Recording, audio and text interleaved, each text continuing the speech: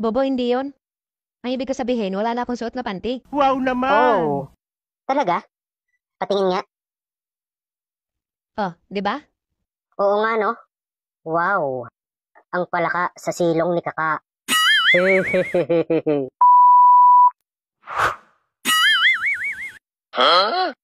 Sir, sinong taya sa inyo? Anong taya? Di ba naghahabulan kayo ni ma'am? Loko-loko. Kaya ako hinahabol nun, gusto akong kutungan. Ay, ganun ba? Akala ko nagpapatintero kayo. Sasali pa naman sana ako. Oh, ano nangyayari sa'yo? Ah, wala sir. Bakit parang malungkot ka? Ayaw ko na sanang pag-usapan pa sir eh. Ano ka ba? Pag may problema ka, sabihin mo. Ang totoo niyan sir eh. Si Tisay, sumama na dun sa ex niya. Oh, bakit? Eh, siguro sir, hindi pa niya nakakalimutan ang lasa. Naku naman, hindi mo man lang kinausap. Eh, paano kung kakausapin yun sir? Eh, bigla na nga lang nawala.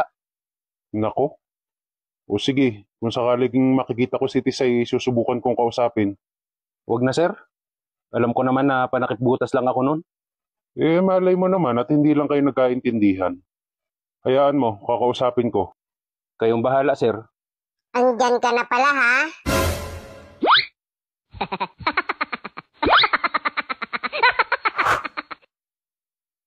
Ano, Tisay? Game na? Wow naman! Hoy, may kasalanan ka pa sa atin ha. Ano na naman yun? Pasko, bagong taon, hindi mo man lang ako dinalaw ha. Eh, pasensya ka na. Kinidnap kasi ako. We, nung Pasko, kinidnap ka? Buti pinakawalan ka. Pinakawalan din ako kinabukasan. Yan ang bagong taon? Ng bagong taon? Ano, kinidnap ulit ako. Ako talaga pinaglolo ko mo ha. Pasko, kinidnap ka? Tapos bagong taon, kinidnap ka na naman? Ano yun? Ako talaga pinaglolo ko mo ha. Ha? Hindi. Totoo yun. Ang totoo nga niyan eh. Sa Valentine's, babalik daw yung kidnapper. Buisit ka. Joke lang, ikaw naman. Ikaw ha? Baka kaya hindi ka na nakakapunta dahil may iba ka na. Uy, hindi ah. Pinagbibintangan mo ako ha. Siguraduhin mo lang ha. Oo, promise. O sige na, papasukin mo na ako.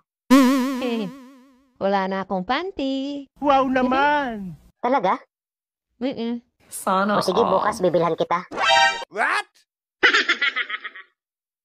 Bobo, hindi yun. Ang ibig ko sabihin, wala na akong suot na panty. Wow naman! Oh, talaga? Patingin nga. Oh, di ba? Oo nga no? Wow, ang palaka sa silong ni Kaka. Pero